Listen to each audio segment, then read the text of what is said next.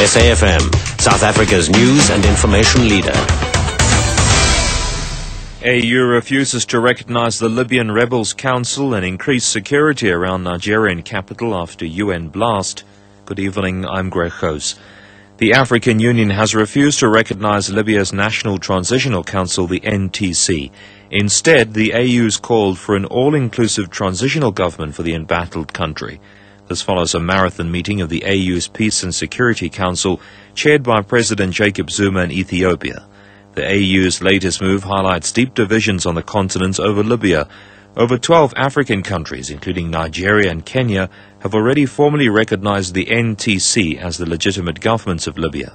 President Zuma addressed the media in Addis Ababa after the meeting.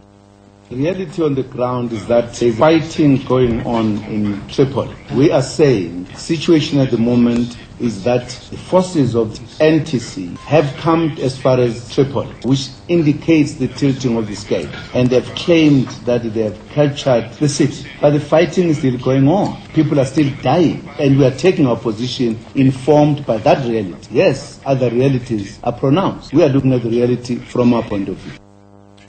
Nigerian President Goodluck Jonathan's ordered increased security around the capital Abuja following a blast at the United Nations building there that killed at least 18 people.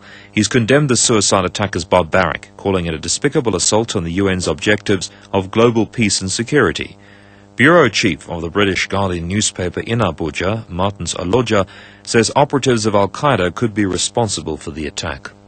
Al-Qaeda network is very, very strong in Nigeria. Some of the operatives are in Nigeria. If people could drive into police force headquarters and carry out this kind of activity and then get into UN house. Truly speaking, UN house is not so porous. They just break through, but we have not got any weapon against these suicide bombers. And a lot of people suspect that this Al-Qaeda network has actually infiltrated the country. Police have confiscated counterfeit clothing worth 4 million rand at a housing complex in Durbanville near Cape Town. Police spokesperson November Falanda says some of the clothing bears the Springbok logo. He says they've also confiscated a machine used to illegally recur cell phone SIM cards. We found several garages packed with counterfeit tracksuits marked with Adidas and Quicksilver logos to the value of about 4 million rand. They also arrested an 18-year-old Ethiopian man. He will appear in the Durban Magistrates Court on Monday. The Junior Doctors Association of South Africa has called on law enforcement agencies to work harder at cracking down on bogus doctors operating throughout the country. This follows the arrest of a man claiming to be an expert in penis enlargement who was operating in the Johannesburg city centre.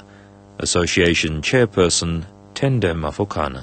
Our assessment is that enough is not being done by law enforcement agencies to arrest these doctors. That's why if you go to any taxi rank, particularly in the provinces like Limpopo, Eastern Cape, KwaZulu-Natal and Mpumalanga, you'd find advertisements by these doctors. They're practicing illegally, but nobody is arresting them. And then we get to see all of these patients in public hospitals, and this is creating a lot of frustration.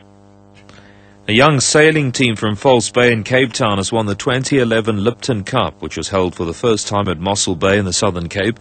Their overall points were tied with the Knysna Yacht Club, but they claimed the title based on having more leading positions throughout the week. False Bay will now host next year's Lipton Cup. Skipper Andrea Giovannini says it's a dream come true. This has been a lifelong dream. When I was a kid, I watched Ian Ainsley win this in 1998, and ever since then I've spent years trying to win this thing. And Greg Davis and the guys who've won it for the last 11 years, they were the guys I grew up idolizing, and to win it off them, and it came down to the last second, is just a dream of mine. The top story, the AU, the African Unions, refused to recognize Libya's National Transitional Council.